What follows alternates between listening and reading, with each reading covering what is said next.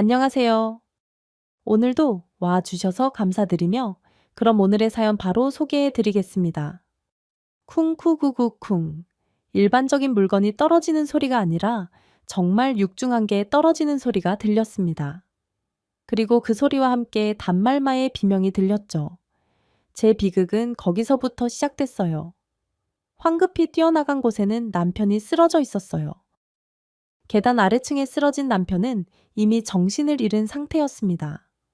급하게 구급차가 와서 남편을 실어갔고, 병원에 들어간 남편은 언제 의식이 되돌아올지 모르는 상태로 입원을 해야만 했습니다.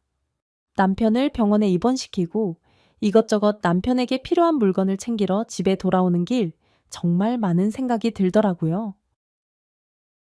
대체 저 사람은 나와 어떤 인연이 있길래 이렇게 나를 계속 긴장하게 만들고 힘들게 하나 하는 생각 때문에 눈물이 쏟아져 나왔습니다.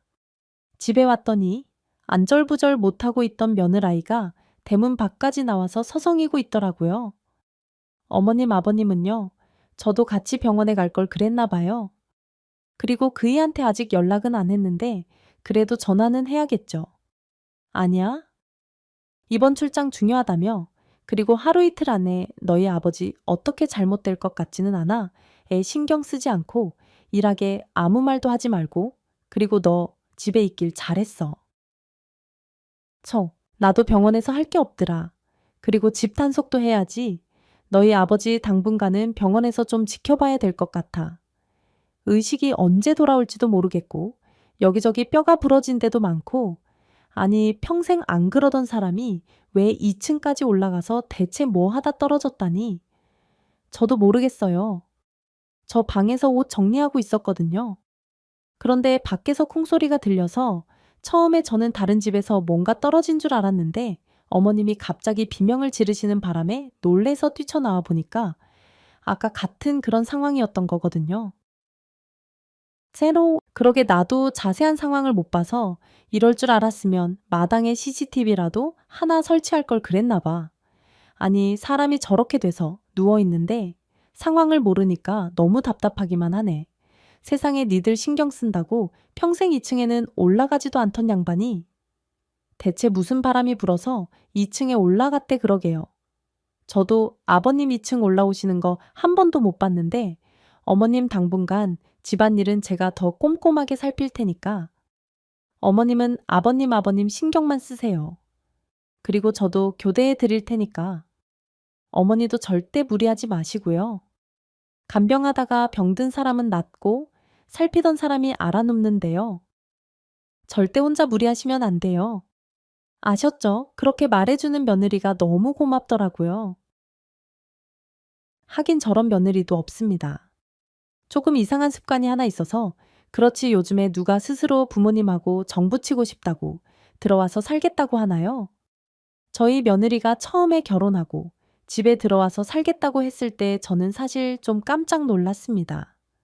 당연히 저희가 집도 구해줬으니 밖에서 살고 싶어 할 줄 알았는데 그래도 한 가족이 되는데 함께 집에 살면서 서로 정 쌓으며 사는 세월이 있어야 된다며 당분간 함께 살겠다고 저희가 사준 집 남한테 전세로 주고 저희 집으로 들어와서 함께 살기 시작했거든요.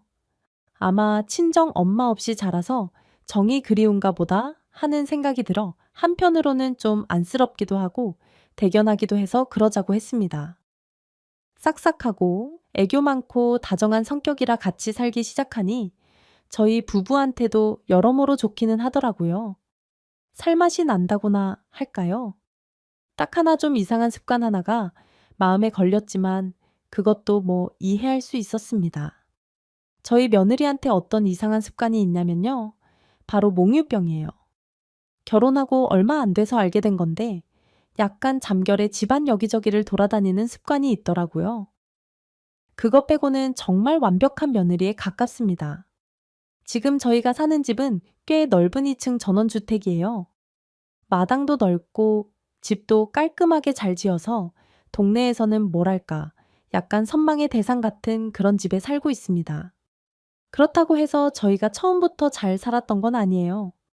저도 엄청 고생하면서 살았습니다. 처음 제가 고비를 맞은 건 우리 아들이 10살 무렵의 일이에요. 당시에 집에 좀 일이 있어서 남편이 5년 정도 집을 떠나 있어야 했던 시기가 있었거든요. 그런데 딱히 돈을 보내 올 수도 있는 상황이 아니고 저도 당장 뭐부터 해야 될지 막막했던 상황이라 그때 그나마 있는 집 팔아서 돈 마련하고 그 돈으로 아들 키우면서 사는 것밖에 할 수 있는 것이 없었습니다. 아들은 아빠가 외국으로 일하러 간 줄 알고 있어서 툭 하면 아빠가 외국에서 돈 많이 벌어오면 자기 선물도 많이 사오겠지라는 말을 하며 제 마음을 아프게 했어요. 그러면서 점점 시간이 지나니까 저한테 이렇게 얘기하기 시작하더라고요. 엄마, 다른 집 아빠들은 아무리 외국에 있어도 1년에 한 번은 보러 한국에 선물 사 들고 오기도 하고 가끔 전화도 하고 그런다는데 왜 우리 아빠는 아무런 연락이 없어? 아빠는 나를 사랑하지 않는 걸까? 무슨 소리야? 아빠가 널 얼마나 사랑하시는데 사실 아빠가 계신 곳이 통신이 잘 안 터지는 곳이야.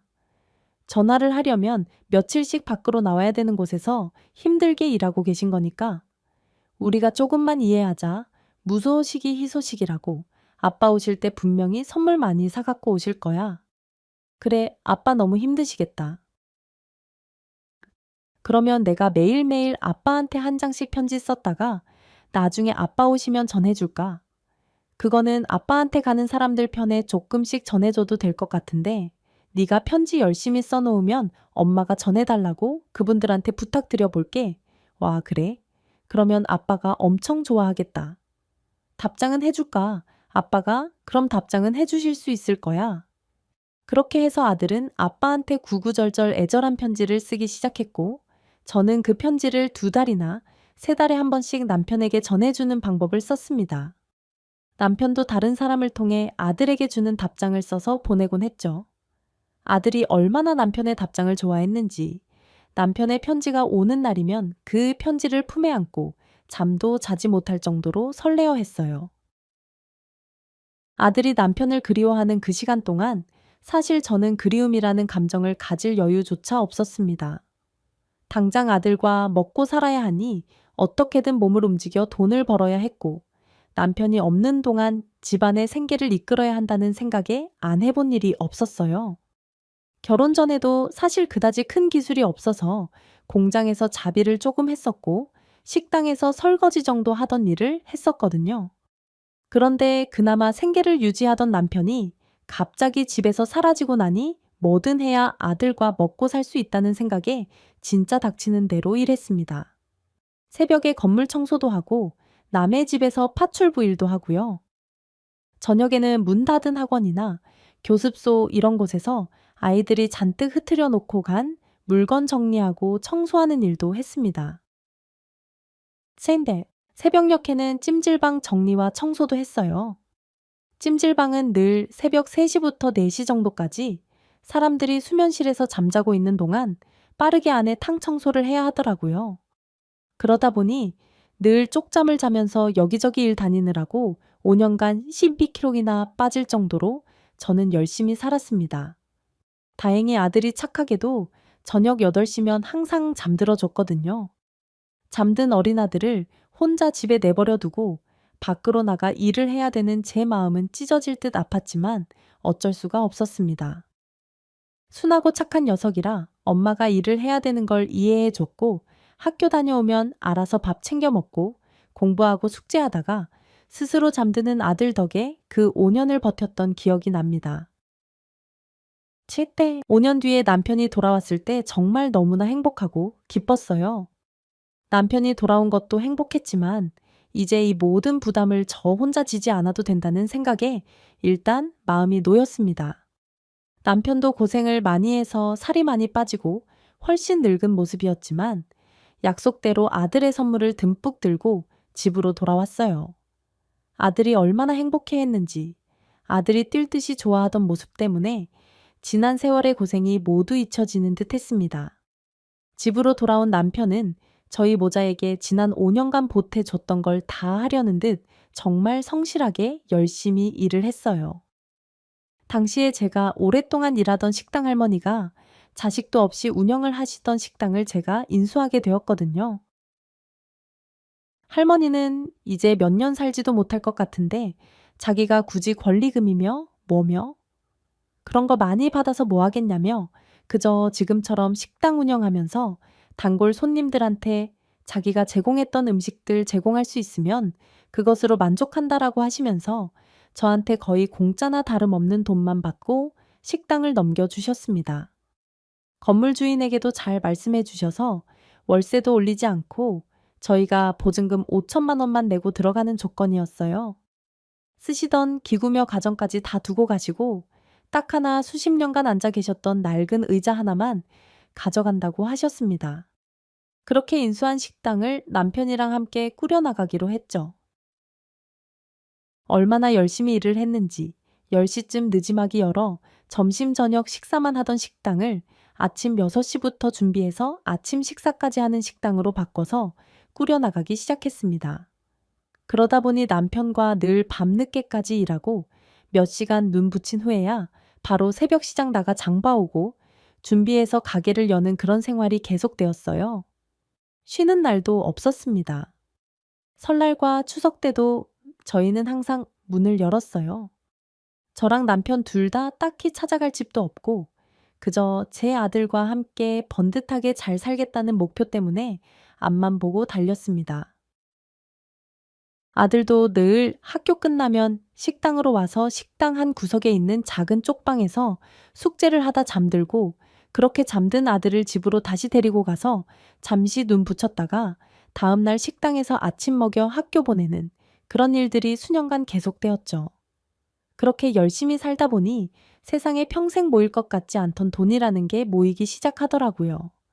한 푼, 두 푼 돈 쌓는 재미가 눈에 보이니 그때부터는 더 열심히 일을 하게 되었습니다. 세상 재미 중에 최고가 통장에 돈 쌓이는 걸 보는 재미라더니 저랑 남편도 딱 그 시기에 그걸 느꼈어요. 자릿수가 하나씩 바뀌고 숫자가 하나씩 바뀔 때마다 넘치던 그 희열의 맛을 잊지 못합니다. 그렇게 쌈짓돈을 만들어 가게도 확장하고 집도 샀습니다. 지금 살고 있는 집이 그때 산 거예요. 제 식당 일을 시작한 지 딱 12년 만의 일이었습니다. 두 칸짜리 작은 공간에서 번듯한 건물 한 채 따로 지은 식당으로 확장하고 저희가 살 집도 지었으니 나름 성공한 편에 속하는 거겠죠. 성실하게 열심히 일한 남편은 아들이 결혼할 무렵이 되자 저한테 이렇게 얘기하더라고요. 여보, 이쯤 되면 내가 당신한테 고생시킨 거 조금 갚은 거 아닌가? 갚고도 남았지. 당신 정말 애썼어요. 진짜 하루도 안 쉬고 근 20년을 너무 했었지. 뭐 그래서 말인데 조만간 저기 우리 아들 결혼시키고 나면 식당을 접을까? 식당을 접자고요. 그게 무슨 말이에요? 이제 슬슬 여기저기 아픈데도 생기고 식당 일을 예전처럼 집중해서 하기도 좀 어렵고 해서 이제 다른 사람한테 좀 넘기고 월세나 좀 받으면서 살면 어떨까 싶은 생각이 드네. 식당 인수할 사람 있다면 권리금 좀 두둑하게 받고 아예 넘기는 것도 좋고 지금 식당 운영하는 조건으로 그냥 다른 사람이 운영한다고 하면 월세 받는 것도 좋고 다른 사람이 이어서 유지해주면 좋긴 하겠지만 식당이라는 게 원래 주인 바뀌면 손맛도 바뀌고 손님들도 떨어져 나가기 마련이잖아요. 그럴 바에야 정리하는 게 낫죠. 그렇지 그러면 이참에 우리 정리하는 방향으로 생각합시다. 나도 이제는 좀 즐기면서 살고 싶고 그래 나중에 손주 생기면 하루 종일 놀아주면서 그렇게 노년 보내고 싶더라고. 에휴 그래요? 그럽시다. 안 그래도 나도 얼마 전부터 아침에 일어나서 채소 다듬는 게 그렇게 힘이 들고 온몸에 뼈가 시리더라고. 우리 나이가 얼마야? 우리 그동안 일한 거 생각하면 평생 일할 힘 다 끌어다가 지난 수십 년간 썼어요. 아마 앞으로는 숨 쉬고 버틸 힘밖에 안 남아 있을 수도 있어. 그래도 백수 부모가 애 결혼시키는 것보다는 식당 주인 부모가 애 결혼시키는 게 조금 모양새가 나으니까 저 녀석 결혼해야 할 때까지만 조금 더 해보지. 뭐 그러게요. 그런데 저 녀석이 언제 결혼하려나? 뭐 여자친구도 있다고 하고 결혼도 하고 싶다고 했으니 아이 조만간 날 잡겠지 그래요? 길어봐야 1.2년 안에 하지 않겠어요. 저희가 그런 대화를 한 걸 듣기라도 한 걸까요? 그 주말에 아들이 그러더라고요. 올해 안에 결혼하고 싶다고 말이죠. 그러면서 다음 주쯤 며느리감과 함께 식당으로 와서 인사를 하겠다는 겁니다. 제가 펄쩍 뛰었어요. 식당은 나중에 너희가 밥이나 한번 먹으러 오고, 그래도 네 여자친구 보는 건데 좀 좋은 데서 자리 마련해서 보자고 말했습니다. 그러자 아들이 멋지게 웃으며 그것도 그렇네요 라고 대답을 하더라고요. 그래서 저희 부부는 난생 처음 아주 고급 레스토랑을 예약해서 아들과 그 여자친구를 만났습니다. 며느리 될 아이는 아주 참하고 예쁜 얼굴이었어요. 어쩐지 어디서 한번 본 것 같은 느낌에 제가 자꾸만 고개를 갸웃거리면서 혹시 우리 식당에 온 적이 있냐고, 굉장히 예쁜 얼굴이라 내가 기억을 하는 건가, 어디선가 본 것 같다고 했더니 며느라이가 멋쩍게 웃으며 그러더라고요. 조금 창피하지만 연예인 두세 사람 닮았다는 얘기를 듣는다며 그 연예인 이름을 얘기해 주는데 알아듣고 나니까 정말 닮은 것 같은 거예요. 그래서 저도 내가 TV에서 보고 조합한 얼굴을 내가 봤다고 생각했나 보다라고 얘기를 했죠. 사실 그럴 때 있잖아요. 제가 TV에서 익숙하게 본 얼굴을 밖에서 보면 꼭 오래전에 알았던 사람인 것처럼 나 저 사람 아는데라고 하는 경우들 말입니다. 꼭 그런 경우와 비슷해서 그냥 웃고 넘어갔어요. 그만큼 예쁜 며느리가 들어온다는 사실에 기쁘기도 했습니다. 사실 제가 아들 하나 키우면서 딸 없는 게 내내 조금 서운했거든요. 주변에 엄마들 보니까 딸들이랑 정말 친구처럼 쇼핑도 가고 화장품에 대한 얘기도 나누고 그리고 오히려 곰살맞게 엄마 마음 챙기고 살펴주는 건 딸이더라고요. 아무리 다정하고 말 잘 듣는 아들이더라도 아들은 아들이잖아요. 크면서 조금씩 서운한 것도 생기고 무심한 놈이라는 생각도 하고 너 엄마한테 하는 것처럼 나중에 네 여자친구한테 하면 혼쭐 난다라는 말이 입 밖으로 나올 정도로 아들은 아들이긴 하더라고요.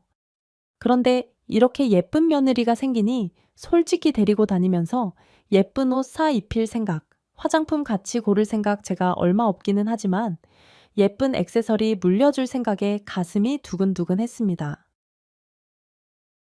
게다가 예쁘다고 생각해서 그런가 정말 며느리가 예쁜 집만 골라 하는 거 있죠. 저는 당연히 분가를 시켜야 된다는 생각에 꽤 괜찮은 지역에 나쁘지 않은 아파트 하나를 사둔 게 있었거든요. 그거를 아들 앞으로 명예 이전해주고 너희 신혼집 여기서 하라고 했더니 그 자리에서 며느리가 그러더라고요. 그래도 한 가족인데 매일 얼굴 보며 부딪히고 가끔 자기가 가게 나가서 일도 돕고 해야 서로 정기 붙지 않겠냐고 말입니다. 그러면서 한 3년 정도는 합가를 하고 싶다고 하더라고요. 오히려 아들놈이 당황해서 아니 그래도 신혼인데 나가 사는 게 낫지 않겠냐. 나는 너랑 둘이 살고 싶은데 이러고 있고 저도 뭔가 당황스러워서 그럼 사놓은 집은 어떡하지 하는 웃긴 대답을 하고 말았습니다. 그랬더니 며느라이가 활짝 웃으면서 그거는 그냥 다른 사람 전세 주고 그 전세금 은행에 넣어놓고 불리면 이자로 1년에 몇 번 온 식구 고기는 먹을 수 있지 않을까요? 하더라고요. 아니 세상에 요즘 애들 중에서도 이런 애들이 있나 싶어서 신기하기도 하고 한편으론 대견하고 고맙기도 했습니다. 둘만 알콩달콩 살 생각에 들떠던 남 같은 아들놈만 중간에서 이러지도 못하고 저러지도 못하고 똥 씹은 얼굴을 하고 앉았더라고요. 하지만 며느라이 입장이 워낙 완고해서 일단은 들어와서 살라고 했습니다. 어차피 집이야 2층 집이고 넓으니까 2층 공간을 아이들 공간으로 다시 꾸며서 주고 저희 부부는 1층에 있기로 했죠. 그런데 살다 보니 며느리가 그렇게 선택한 게 나쁘지 않겠다라는 생각이 든 게 저희 부부 식당 일 때문에 새벽같이 나갔다가 밤늦게 들어오니까 사실 애들과 그다지 마주칠 일은 없거든요. 그나마 주말에 밥 한 끼 정도씩 먹는 건데 주중에도 아침 저녁으로 얼굴 보면 보는 거고 그렇지 않으면 많은 거니 그렇게 많이 부딪힐 일도 없었습니다. 그리고 저희가 애들 불편할까봐 2층으로 가는 계단을 놔주고 그 위에 별도로 출입문을 만들어줘서 아이들이 집에 들락거리면서 굳이 저희가 살고 있는 1층을 지날 이유도 없었고요. 게다가 남편은 아이들만 결혼하면 식당을 그만둘 거라고 계속 벼르더니 식당이 잘 되니 그거를 선뜻 또 놓기가 힘들었는지 애들 결혼시키고 나서도 1년 정도는 식당을 손에서 놓지 못하더라고요. 그러다가 애들도 말리고 저도 말리고 하니 1년 정도 지났을 때야 식당을 팔고 집에서 쉬기 시작했습니다. 아이들도 신혼이지만 그제야 저희 부부도 약간 신혼 같은 느낌이 들더라고요. 남편과 계속 일만 하고 약간 함께 일하는 동지처럼 살아온 세월이 수십 년이었는데 집에서 그래도 서로 대화도 하고 서로 등도 긁어주고 과거 얘기도 하며 오손도손 밥도 먹으니 새삼 신혼 같은 느낌이 들었어요. 마음이 두근거리기도 했습니다. 그리고 이런 시간 동안 중간중간 한 번씩 저희 앞에서 요즘 유행하는 먹거리도 사다 주고 다정하게 굴어주는 아들 며느리가 있으니 제가 노년에 이게 무슨 복이 터졌나 싶었어요. 행복 총량의 법칙이라는 게 있다는데 저의 행복 총량은 전반기가 아닌 인생 후반기에 다 몰려있나 보다라는 생각마저 들었습니다. 딱 하나 앞에서도 말했던 것처럼 며느리가 약간 밤에 돌아다니는 행동을 보이는 것만 제 사소한 걱정거리 중에 하나였죠. 사실 처음에는 얼마나 놀랐는지 몰라요. 낮에는 멀쩡한데 밤만 되면 밖에서 이상한 소리가 들려나가 보면 며느리가 혼자서 집안을 배회하고 있었으니까요. 그때마다 제가 귀신을 본 것처럼 소리를 지르면 멀뚱히 서서 저를 뚫어지게 바라보다가 갑자기 화들짝 놀라며 어머니 죄송해요라고 하는데 그때마다 사실 조금 소름이 끼쳤었거든요. 한 번은 이런 일도 있었습니다. 밖에서 돌아다니는 것 정도야 이제는 익숙하게 아이고 또 돌아다니나 보다 하고 생각을 하며 다시 잠이 들었는데 어느 날은 뭔가 느낌이 이상해서 눈을 떴더니 며느리가 글쎄 침대 옆에서 저희 부부를 빤히 바라보고 있는 게 아니겠어요. 그때는 정말 심장이 발끝까지 떨어지는 줄 알았습니다. 벌떡 일어나서 제가 고래고래 소리를 지르니 옆에서 자고 있던 남편도 일어나서 며느리를 보고 깜짝 놀라 소리를 지르고 2층에서 자고 있던 아들마저 뛰어내려와 아주 집안이 난리가 난 적이 있었습니다. 그때 제가 얼마나 놀랐는지 심장이 너무 뛰어서 그 다음날 병원 가서 링겔까지 맞았다니까요. 몽유병이 그 정도로 심할 줄은 몰랐던 거죠. 그 사건이 있은 후에 제가 아주 단호하게 너희 따로 나가서 살라고 했습니다. 그러자 글쎄 며느리가 울면서 빌기까지 하는 거예요. 자기 이 병이 사실 어렸을 때부터 있었다. 그리고 연애할 때 제 아들한테 말한 적은 있다고 하더라고요. 그런데 아들한테 나중에 물어보니 연애할 때도 몇 번 같이 여행을 갔었는데 한두 번 일어나는 것 같은 느낌은 들었지만 자기는 그냥 화장실 가는 정도인 줄 알았대요. 그리고 사실 여행 가서는 작은 호텔방이 있으니 그 안에서 돌아다녀 봐야 얼마나 돌아다니겠어요. 이렇게 큰 집에 오니 돌아다닐 수 있는 공간이 넓어져서 더 돌아다니는 것 같다며 지금 치료도 하려고 하고 있으니까 엄마 아빠가 조금만 참아 달라고 하더라고요. 그러면서 아들이 저한테 살짝 원망하는 듯이 이렇게 얘기를 하는 거예요. 아니 요즘에 그래도 시부모님이랑 이렇게 살아주는 사람 없는데 며느리가 그러는 게 고맙지도 않아요. 밤에 돌아다니는 것만 조금도 이해해 줄 수 없어요. 듣고 보니 또 그것도 그렇다 싶어서 그냥 고개를 끄덕이고 말았죠. 하지만 그다음부터 잠만 자려고 누우면 저도 모르게 자꾸만 밖이 신경 쓰이는 게 어쩔 수가 없었습니다. 한동안 며느리가 밖에 돌아다니는 소리가 안 들리길래 한번 궁금해서 슬쩍 물어본 적이 있었어요. 너 요즘에는 안 돌아다니니라고 말이죠. 그랬더니 아들이 멋쩍게 웃으면서 그러더라고요. 방문을 밖에서 잠글 수 있게 자기가 해놨잖아요. 안에서 열려면 뭔가 열쇠로 열 수 있게 해야 돼서 아내가 방 안에서만 돌아다닐 수 있게 했다는 겁니다. 그러자 며느리가 눈물을 보이며 자기 그것 때문에 너무 속상하다고 어머님이 그렇게 좀 하지 말아 달라고 얘기해 달라는 거예요. 그래서 제가 아니 밖에 돌아다니지 못하는 게 왜 속상하니라고 물어봤더니 며느리가 돌아다니지 못하는 게 속상한 게 아니라 자기는 사실 돌아다니는 걸 인지하지도 못한다. 다만 그런 식으로 정신병원에 가두는 것처럼 자기를 가두려고 하는 남편의 태도가 너무 속상하다고. 그러면서 눈물을 보이는 거였죠. 제가 아무리 며느리가 돌아다니는 것 때문에 깜짝깜짝 놀라기는 해도 아이가 그렇게 우는 걸 보니 또 마음이 약해지는 게 아니겠어요. 그래서 아들한테 그 자물쇠 당장 없애라고 얘기했습니다. 제가 그냥 조금 더 이해하고 참아보겠다고 했죠. 하긴 생각해보니 정말 무슨 큰 병이 있거나 범죄자도 아닌데 그런 식으로 아이를 방에다가 가둬놓고 잠자게 한다는 게 저도 좀 마음이 안 좋더라고요. 아들은 제 말을 듣고 고개를 끄덕이며 자물쇠를 풀었고 그 이후로도 며느리는 몇 번 더 거실을 서성거리긴 했지만 방 안으로 들어오는 건 없었습니다. 들어오려 하더라도 제가 살짝 문을 잠고 나서 딸깍딸깍 하다가 포기하고 딸깍딸깍 하다가 포기하고 하는 것 같더라고요.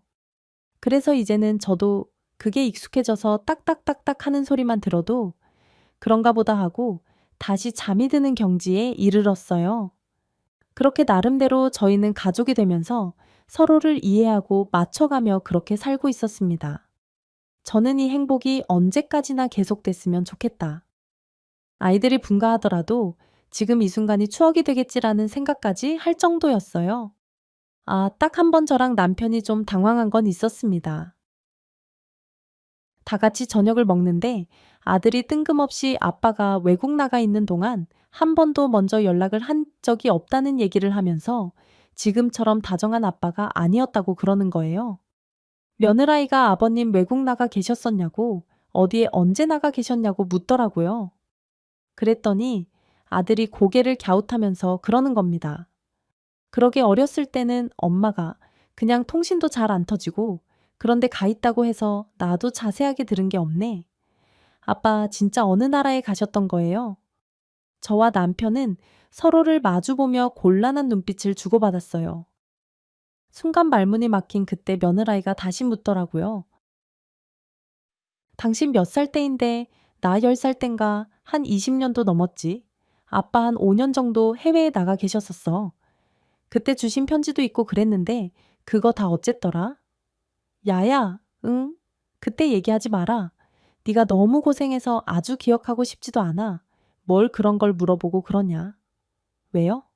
아버님 저도 궁금한데요. 어느 나라에 계셨었어요? 그때도 통신이 안 터지는 나라가 있었어요. 아프리카 쪽인가? 아니면 아마존 북극, 남극, 그래? 아이 대충 그런 데야. 묻지 말라니까. 남편은 벌떡 일어나서 훅 방으로 들어가 버리더라고요. 어안이 벙벙한 아들이 아빠 왜 저러시냐고 하길래 제가 또 적당히 둘러댔습니다. 아빠는 진짜 그 시절이 지옥 같았대. 어쩔 수 없이 가긴 했는데 여러모로 힘들어서 기억하고 싶지 않다니까. 묻지 말어. 왜 사람이 그런 기억들 하나씩 있기는 하잖아. 기억하고 싶지 않은 거 있죠? 그래도 있었던 일을 없었던 일로 하는 건 힘들지 않나요? 뭔가 가시가 있는 듯한 말 같았지만 그때는 아무 생각이 없었습니다. 그저 더 이상 남편에 대해 애들이 묻지 않기만을 바랄 뿐이었거든요. 남편이 2층에서 추락사고를 당한 것은 그로부터 며칠 후였습니다. 마침 그때 아들은 지방 출장을 가 있는 동안이었고요. 집에는 저랑 며느리밖에 없었습니다. 저는 아래층에서 청소를 하고 있었고 남편이 어디를 갔는지도 몰랐어요. 남편을 뒤늦게 병원으로 옮기고 그때부터 제 간병이 시작된 거죠. 그런데 확실히 나이가 먹다 보니 간병도 힘이 들더라고요. 한 일주일 정도 제가 간병을 하고 났는데 글쎄 병이 들어버린 겁니다. 그때쯤 아들이 지방 출장에서 돌아와서 저랑 교대를 하긴 했는데 아들 녀석이 믿음직스럽긴 하지만 세심하지는 못하잖아요. 아들 녀석이 남편을 돌본 지 이틀 만에 병원에서 연락이 왔더라고요. 욕창이 생겼다고요. 그래서 제가 어쩔 수 없이 아픈 몸을 이끌고 다시 남편을 돌봐주려고 가려고 하는데 며느리가 당분간 자기랑 교대를 하자고 하더라고요. 그래서 제가 아니 남편이 덩치도 있고 힘든데 가녀린 네가 어떻게 하겠냐고 만류했지만 며느리가 그러는 겁니다. 그래도 가족인데 잘 돌봐야죠. 어찌나 고맙고 예쁘던지요. 제가 무슨 복이 있어 이렇게 좋은 며느리가 들어왔나 싶은 생각이 들어 가슴이 뭉클했어요. 그리고 며느라이는 그날부터 정말 지극정성으로 남편을 돌보기 시작했습니다. 항상 남편이 일어나려면 이런저런 청각 자극이 있어야 된다면서 책을 읽어주고 귀에다 대고 무언가를 계속 속삭여 주더라고요. 참 고마웠어요. 아들도 그런 아내에게 고마워하면서 자기가 조금 더 열심히 일해서 병원비라도 열심히 벌어보태겠다고 하더라고요. 저희가 그동안 모아놓은 돈이 있는데 병원비가 없겠어요. 그런데 아들이 그런 식으로라도 말을 해주니 그것 또한 고마웠습니다. 남편이 입원한 지 한 달 정도 지났을 때였어요. 아들이 또 지방으로 출장을 가게 되었어요. 그 시기 즈음 남편은 병원에서 몇 가지 검사가 있다고 입원실이 아닌 간호원들이 24시간 붙어 있는 간호간병 통합 서비스 병실로 며칠 동안 옮기게 되었습니다. 저와 며느리는 의도치 않은 휴가를 얻어 집에서 함께 지내게 되었고요. 둘이서 저녁을 먹고 방에 각각 들어갔는데 사실 최근 들어 며느리의 몽유병 증상이 조금 심해졌거든요. 가끔 몸이 피곤하거나 스트레스를 받으면 심해진다는 얘기를 들은 적이 있는데 자기 시아버지 돌보느라 힘들고 지쳐서 그런가 보다 하고 미안하기도 하고 안쓰럽기도 해서 걱정하던 차였습니다. 하지만 걱정은 걱정인 거고 밖에서 돌아다니면서 이것저것 뒤적뒤적 하는 소리들이 들려 제가 몇 번 잠에서 깨서 설치는 건 또 다른 문제더라고요. 혹시나 남편도 없는 제 방에 혼자 들어와서 또 저를 빤히 바라볼까봐 저는 늘 문을 꼭 잠그고 자곤 했죠.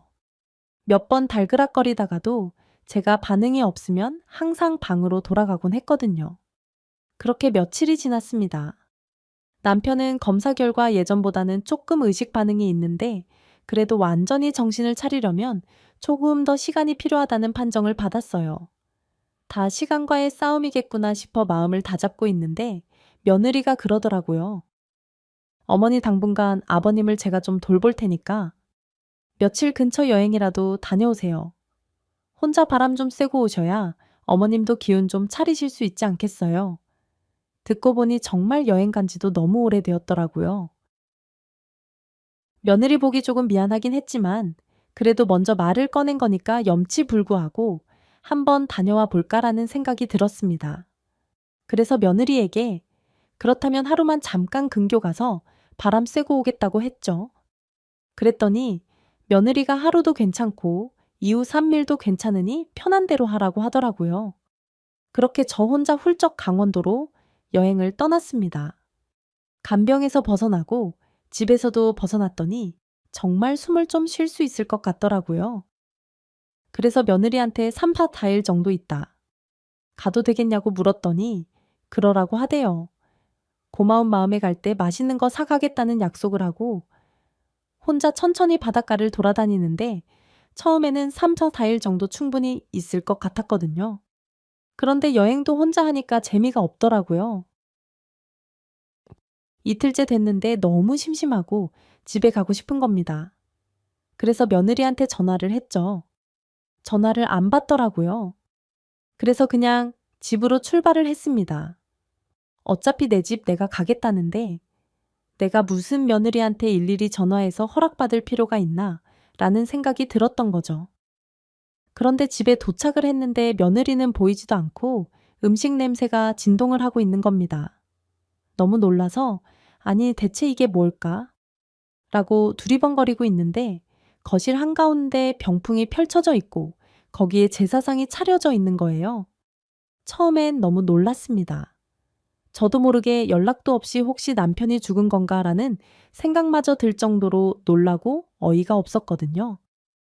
그런데 가만히 보니 제사상에 올라가 있는 작은 사진이 웬 여자의 사진이더라고요. 며느리를 꼭 닮은 그 여자가 어딘가 낯이 익었습니다. 속으로 생각했죠. 우리 며느리가 닮았다는 연예인을 또 닮아서 그런가? 왜 이렇게 낯이 익지라고 말입니다.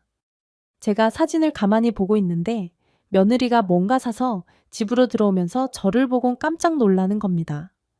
어머님 여행에서 모레 돌아오시는 거 아니었어요? 아니, 여행도 혼자 하니까 너무 심심하더라고. 그런데 얘 이게 웬 제사상이니 그랬더니 며느리가 당황하면서 저한테 설명하기를 사실 오늘이 자기 친정엄마 기일인데 자기밖에 제사상을 차릴 사람이 없었다는 겁니다.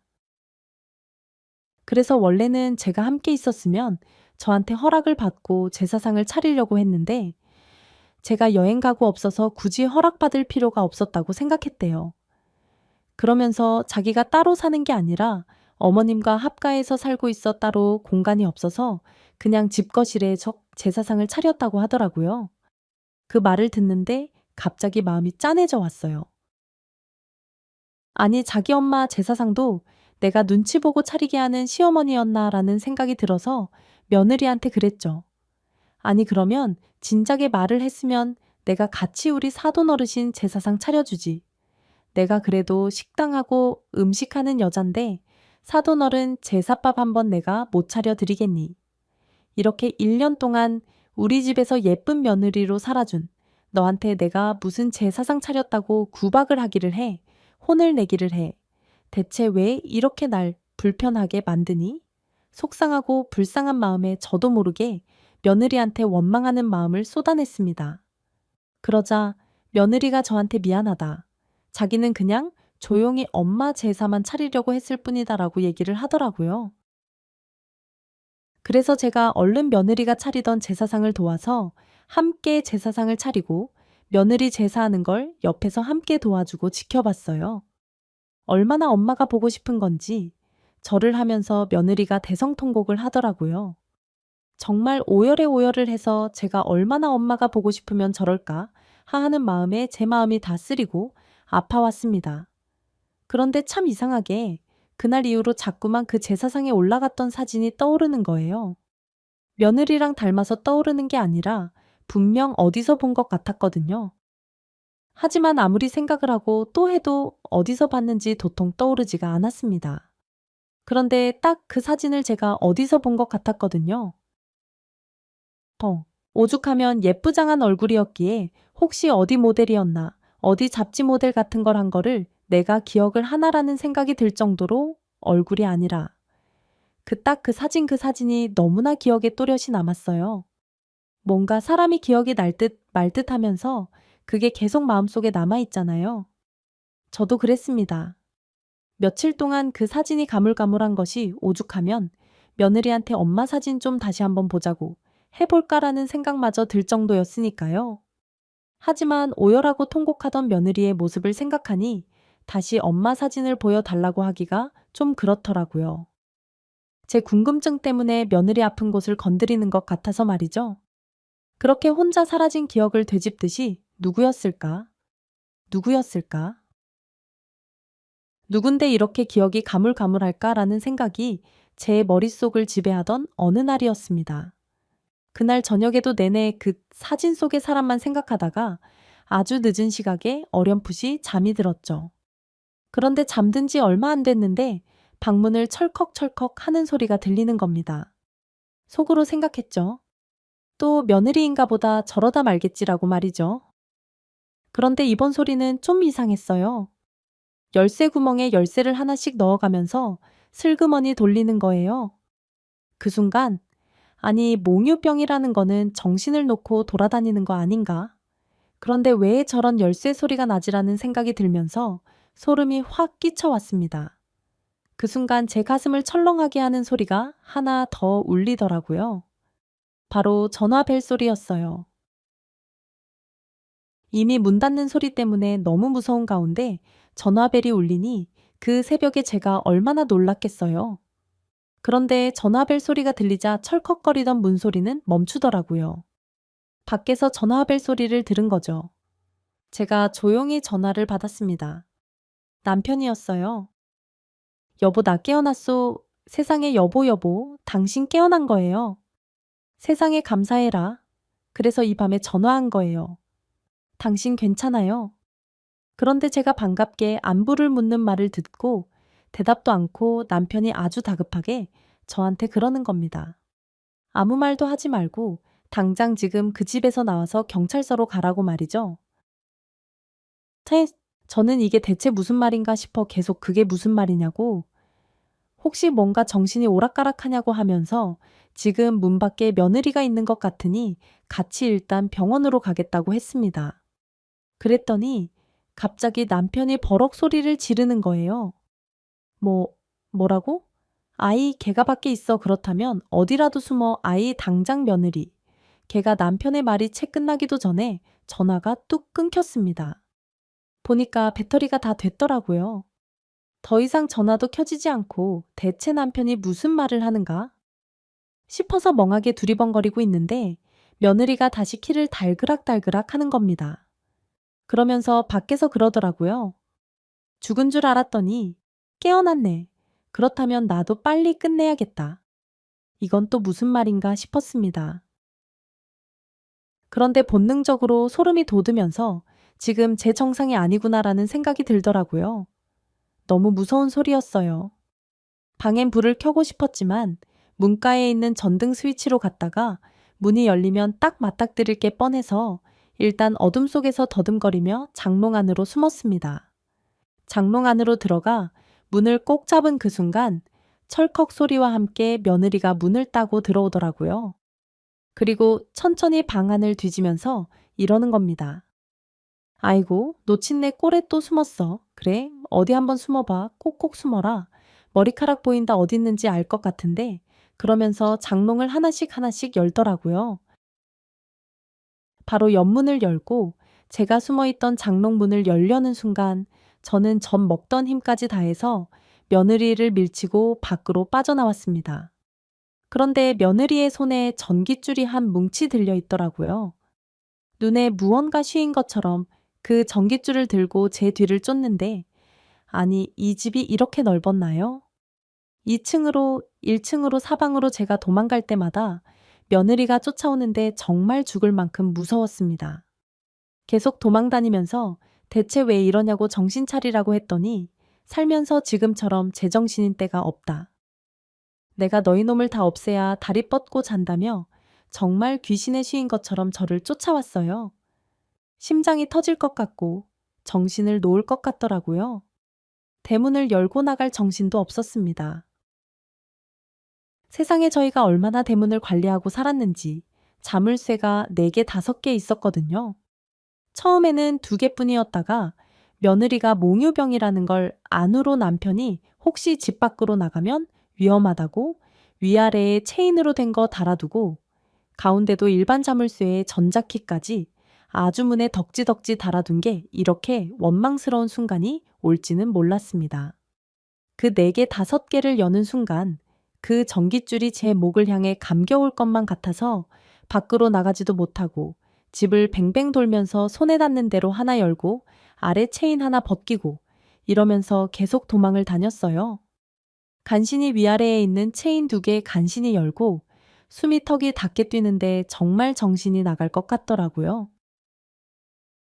핸드폰에 배터리라도 있으면 경찰한테 전화라도 하겠건만 핸드폰 배터리도 없고 며느리는 얼굴이 시뻘개진 채로 뒤쫓고 있고 저는 공포감에 눈물을 흘리고 소리를 질러가며 이웃 중에 누구라도 이 소리를 듣고 제발 신고라도 해주기를 바라던 그때 문이 철컥철컥 열리면서 누군가가 들어오는 겁니다. 세상의 아들이었어요. 사실 그 다음날 아들이 오기로 되어 있었는데 나중에 듣고 보니 너무 아내가 보고 싶어서 하루 일찍 늦은 저녁에 출발해서 새벽에 도착한 거였더라고요. 그런데 아내가 보고 싶어서 온 아들 눈에 전깃줄을 들고 도깨비처럼 뛰어다니며 자기 엄마를 쫓아다니는 그걸 봤으니 얼마나 놀랐겠어요. 놀란 아들이 며느리 앞을 막아서자 며느리가 버럭 소리를 지르는 겁니다. 왜 네가 지금 나타나서 방해를 하고 지랄이야 당장 꺼져. 너도 없애버리기 전에 처음 보는 아내의 모습에 너무나 놀란 아들이 털썩 주저앉고 며느리가 다시 저를 쫓는 걸 멍하게 보고 있더라고요. 제가 살려달라고 소리를 지르자 그제야 정신을 차린 아들이 며느리를 잡고 말리기 시작했습니다. 그런데 며느리 힘이 이렇게 센 줄은 저는 처음 알았어요. 어디서 그런 힘이 나는지 아들도 밀치고 내동댕이 친 다음에 저한테 덤벼들던 그 순간 경찰이 들이닥쳤습니다. 알고 보니 저랑 전화가 끊긴 후 연락이 안 되자 남편이 신고를 한 거였어요. 그렇게 며느리는 경찰서로 끌려가고 아들은 황당한 얼굴로 대체 이게 무슨 일이냐며 저한테 계속 물어봤습니다. 친해요. 저야 알 도리가 없죠. 물을 거의 2병을 마신 후에 청심환을 먹고 덜덜 떨리는 목소리로 그냥 아들한테 자초지종을 설명했습니다. 아니 나도 너 너무 당황해서 이게 대체 무슨 일인지 알 수가 없네. 네 아빠가 정신 차렸다는 전화를 듣고 정신 차렸냐라고 안부를 묻고 있는데 갑자기 며느리가 밖에 있다는 소리를 듣자마자 어딘가로 숨으라고 소리를 지르는 거야. 내가 무슨 말이냐고 묻는데 내 전화의 배터리가 방전돼서 끊겼거든. 그런데 제가 갑자기 문을 열고 들어와서 날 다 죽이려고. 아이고, 나 도대체 이게 뭔지 모르겠다. 아니 이게 무슨 일이라니. 일단 집에서 진정을 하고 있는데 경찰서에서 저희를 부르더라고요. 그리고 아들과 제가 경찰서에서 들은 사실은 너무나도 큰 충격이었습니다. 글쎄 남편을 2층에서 밀어버린 게 며느리였더라고요.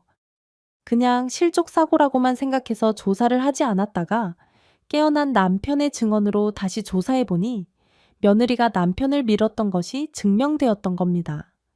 이유를 알 수가 없더라고요. 대체 이유가 뭐냐고 경찰에게 물었더니 경찰이 머뭇거리면서 이런 얘기를 해주더라고요. 며느리의 죽은 엄마와 제 남편이 연관되어 있다고요. 처음에는 이건 또 무슨 말인가 싶어서 멍했는데 경찰이 연도수 사건을 얘기해 주니 그제서야 제 머릿속을 쿵 하고 울리는 기억이 하나 있었습니다. 그리고 대체 제가 며느리의 엄마를 어디서 본 것 같다고 생각했던 게 맞았습니다. 아주 오래전 검은 보자기로 꽁꽁 싸버린 기억이 만천에 환하게 드러나는 것 같은 느낌이었어요.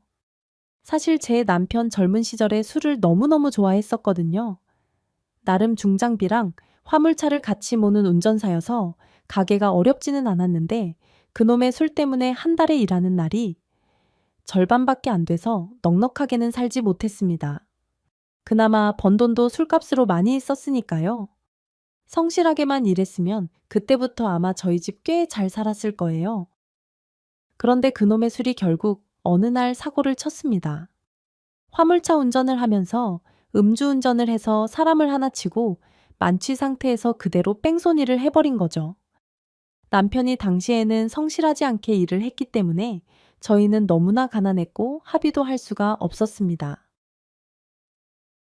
제 친정도 남편의 집도 하루 벌어 하루 사는 집이었고 형제들도 딱히 돈이 있거나 넉넉한 사람들이 아니어서 도와줄 수 있는 형편이 안 됐어요. 게다가 남편의 형제들은 평소 술 때문에 자잘한 사고를 많이 쳤던 남편이 결국 큰 사고를 쳤다면서 이번 기회에 단단히 벌을 받아야 한다고 아주 싸늘하게 반응하더라고요.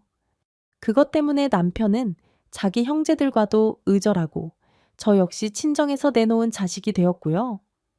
어디서도 합의금을 빌리지 못해 마련하지 못하고 피해자 쪽에서도 합의금이 아닌 처벌을 원해서 결국 남편은 감옥에 가게 되었습니다. 그렇게 5년이라는 공백이 해외에 나가서 일을 한 게 아니라 감옥에 들어가 있던 시간이었던 겁니다.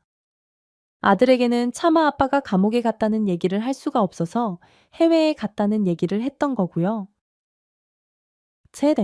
제가 한 번씩 면회 갈 때마다 아들의 편지를 전해주고 남편의 답장을 받아왔던 거였습니다. 감옥 안에서 남편은 자기가 사람을 죽게 했다는 걸 자책하면서 그 이후로는 술도 끊고 식당 일을 열심히 했던 거였어요. 그런데 그때 남편이 죽게 했던 사람이 바로 제 며느리의 엄마였던 겁니다.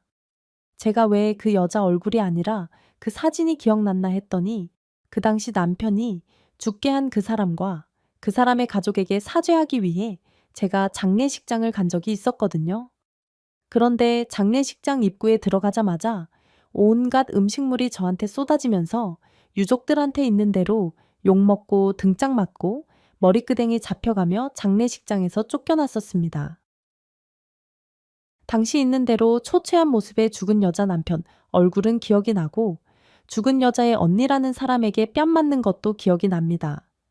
그리고 어렴풋이 어린 딸아이가 상복을 입고 오독하니 앉아서 울고 있던 모습도 기억나고요. 그 어린아이가 며느리였던 거죠. 우는 어린아이. 그 너머로 언뜻 봤던 그 영정 사진이 제 기억에 남아 있었던 거예요. 그래서 제가 나중에 며느리한테 물어봤습니다. 혹시 알고 결혼한 거냐고요? 그랬더니 며느리가 아주 싸늘한 얼굴로 자기 엄마 죽게 한 가족들이 호의호식하면서 덩덩거리고 사는 꼴 도저히 볼 수가 없어서 다들 쫄딱 망하게 하고 풍비박산 내는 게 자기의 목표였다고 하더라고요. 대학 다닐 때 아내 잃은 슬픔을 결국 이기지 못한 아버지까지 돌아가시고 고모 부부 아래서 자라면서 유일한 목표는 저희 집을 망하게 하는 거였다고 했습니다. 그래서 일부러 제 아들한테 접근을 했고 일부러 저희 집에 들어와서 살겠다고 한 거였다고 말입니다. 그러면서 아주 싸늘하게 말을 덧붙이더라고요. 그 술 처먹는 살인자 새끼 더 세게 밀어서 아예 죽게 만들었어야 됐는데 정신만 잃게 해서 너무 억울했어. 그러면서 언젠간 꼭 다시 복수할 거라고 아주 싸늘하게 웃더군요. 저와 함께 그 얘기를 들었던 아들은 며느리의 얘기를 듣고 그 자리에서 기절하고 말았습니다. 저도 정신이 아득해져 왔지만 옆에서 파리하게 핏기 잃은 채로 기절한 아들을 보니 저라도 정신을 차려야겠다는 생각이 들더라고요. 아들은 여전히 며느리를 너무 사랑하는 상태였지만 자기 엄마 아빠를 해하려고 한 상대와 어떻게 살겠어요? 어쩔 수 없이 이혼을 했죠. 그리고 저희 부부에게 있는 대로 원망을 쏟아냈습니다. 잘 다니던 회사도 그만두고 그날부터 술만 퍼마시기 시작했어요. 제가 아무리 아빠의 한때 실수였다. 그것 때문에 아빠가 수십 년간 술 한 방울 입에 안 대고 그렇게 열심히 살았던 거 아니냐, 아빠도 할 만큼 했다라는 얘기를 했지만 제 아들은 귓등으로도 듣지 않더라고요. 자기는 살인자의 아들이고 음주운전한 범죄자의 아들이라고 자책하면서 자기가 앞으로 무슨 낯으로 살겠냐, 자기가 제일 사랑했던 여자에게 자기는 원수의 아들이고 이런 식으로 살고 싶지 않다라며 점점 술만 먹고 방에서 나오지 않는 폐인이 되어버렸습니다. 남편은 퇴원을 했지만 몸이 온전치는 않아서 휠체어 신세를 지게 됐어요. 결국 2층을 오르락내리락 할 수도 없는 그런 몸이 됐죠. 그동안 식당 일을 하면서 모았던 돈은 대부분 남편의 치료비로 들어갔고 아들은 자기의 신혼집이었던 2층 방에서 한 발자국도 나오지 않고 제가 하루 몇 번 갖다 주는 음식만 간신히 받아 먹으면서 얼굴 한 번 비추지 않았습니다. 가끔 2층에서 짐승의 울음소리 같은 아들의 통곡 소리가 들리곤 했는데 그때마다 정말 제 가슴이 갈갈이 찢어지더라고요. 이렇게 저의 행복했던 시절은 몇 년 가지 않아 끝나고 말았죠. 장애인이 된 남편과 폐인이 된 아들, 그 두 사람을 품기엔 너무 넓고 허전하고 횡등그레한 집에 저 홀로 오독하니 있는 날이 계속되었습니다. 게다가 며느리는 살인미수 혐의로 재판을 받고 있는데 조금도 후회하거나 반성하는 빚이 없어서 아마 제대로 죗값을 받을 것 같아요. 제 남편의 음주운전이 저와 제 아들, 그리고 며느리와 그 가족까지 정말 많은 인생을 나락으로 빠뜨렸다는 사실에 남편은 또다시 술을 입에 대기 시작했습니다. 남편과 아들 모두가 망가져가는 걸 보면서 저는 아무것도 할 수가 없습니다. 아니, 뭘 해야 될지도 모르겠어요. 조만간 이 집도 팔고 그냥 아무도 저희를 모르는 곳으로 이사를 갈까 싶습니다. 어차피 아들은 한 평도 안 되는 공간에서 움직이지도 않고 남편도 휠체어가 아니면 운신하기가 어려우니 작고 낮은 곳에 있는 집으로 옮길 생각이에요. 사실 며느리가 많이 원망스럽지만 그 모든 근원에 제 남편이 있는 거니 그 인생도 불쌍하다 싶은 생각도 간혹 듭니다. 다시 볼 일 없겠지만 저는 한편으로는 며느리도 빨리 다 털어내고 죗값 치른 후에는 자기만을 위한 인생 살았으면 좋겠어요. 그게 그냥 저에게 한때 무한한 행복을 주었던 며느리였던 여자에 대한 제 마지막 바람입니다. 저는 남편과 아들과 함께 끝까지 죗값을 치러야겠죠. 그게 가족이라는 운명일 테니까요.